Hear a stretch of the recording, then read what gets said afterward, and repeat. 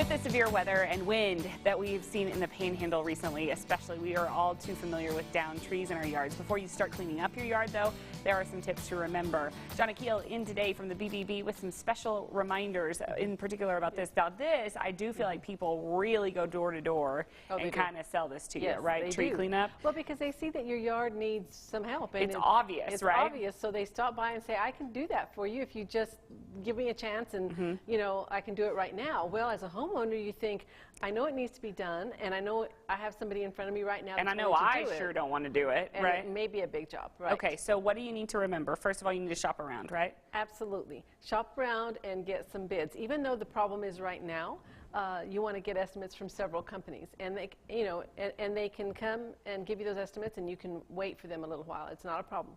In this particular instance, you need to look for somebody who's a certified arborist, probably, right? Yes. Certified arborists are important because if they tell you that they can do a certain tree, like let's say they want to cut it in a certain way, prune it back too far maybe, or just maybe skim it off the top, they need to know what they're doing, and you need to know that you're using someone who's certified. Okay, now let's talk about insurance for the company. You need to make sure that they have workers' insurance, right? You know, a lot of people don't realize that if you call somebody to your house and you don't have that information from the company about their insurance, your homeowner's insurance will have to take care of anything that might happen on your property with that worker.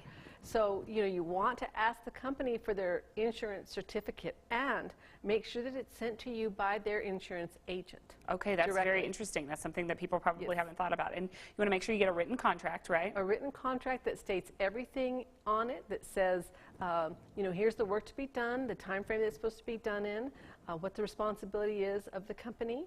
And if you have any responsibilities, like maybe you're supposed to clear something out of the yard, or, you know, if you have some equipment in the yard or some toys, a swing set, you know, make sure everything's mentioned as to what's going to be done, and then compare apples to apples and make sure that they sign it and you sign it. Very good. And you want to make sure that you don't pay for anything 100% before the job is done. We know that rule. And don't feel pressured, right? Well, a lot of times people get anxious because their yard or their house is a mess, and a window might be broken, and, you know, the tree might be on the house. Don't be pressured by someone who is actually saying to you that your house might be in danger, for example. I mean, it could be, but you want to get that checked out by somebody who knows. Make sure that you're not pressured into getting the job done right away at a price that you're not comfortable with. So maybe now is a good time to shop around. It is the season. Right. So, you know, look on the BBB website and find some companies in these industries that you plan to shop with when you will need them, because that's a good idea. We're going to have some more weather. It's going to happen. And red flags, I'm just going to go through these really quickly. No printed materials. If they don't have, you got to watch out for them. They're vague about their credentials, offer an unusually low price, pressure you for a decision, and offer discounts to find other customers for them, right? That's a really big red flag. And then they also, if they claim that your home is unsafe, that is another red flag. It might be unsafe. It might be. You want to check it out by the right people, though. A tree trimming company may not know that. Now, if there's a tree on top of your house, then yeah, maybe you need to get that off. But you know, call your insurance agent and call someone like an architect, someone maybe who built your house, that will be able to tell you that for sure, so that you're not paying this money. You know, Megan, when the money is spent on bad companies, it's not here to be spent on good companies. That's good advice. That's a good way to wrap it up today. Very good, Donna. Thank you so much. All right, stick around, everybody. We've got news and weather headlines after this short break.